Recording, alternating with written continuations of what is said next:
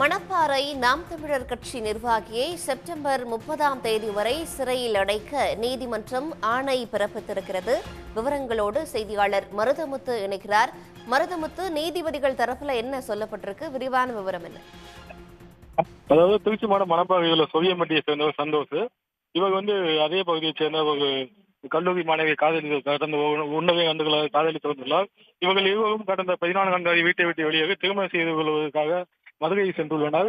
அப்போது இந்த மாணவியின் உறவினரான அண்ணன் முறையில் உறவினரான நாம் தமிழர் கட்சியை சேர்ந்த மாநில கொள்கை வகுப்பு செயலாளர் வழக்கறிஞருமான அருணகிரி என்பவர் தனது நண்பர்களுடன் சென்று காதலர்களை பிரித்து இவங்க அங்கிருந்து கடத்தி வந்துள்ளனர்.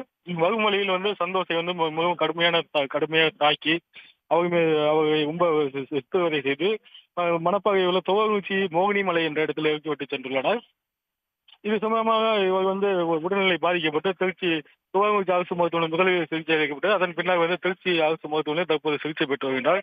இது சம்பந்தமாக வளநாடு போலீசார் வழக்கு பதிவு செய்து காயமடைந்த சந்தோஷிடம் வாக்குமூலம் பெற்று நாம் தமிழர் கட்சியின் நிர்வாகியான அருணகிரி மீதும் அவர் நண்பர்கள்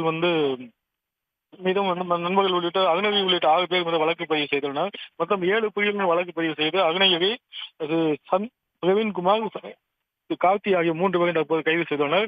இவர்கள் 3 மீது வழக்கு பதிவு செய்து இவர் அனைவருக்கும் மணப்பாறை அரசு மருத்துவமனையில் மருத்துவ பரிசோதனை மேற்கொண்டு மணப்பாறை குற்றவியல் நீதிமன்றத்தில் ஆஜர்படுத்தினர்.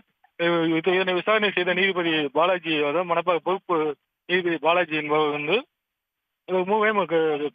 வருகின்ற 30ஆம் தேதி வரை நீதிமன்ற காவலில் வைக்க உத்தரவிட்டுள்ளார். இதனையடுத்து 3 பேரும் திருச்சி மத்திய சிறைச்சாலைக்கு அனுப்பி வைக்கப்பட்டுள்ளனர்.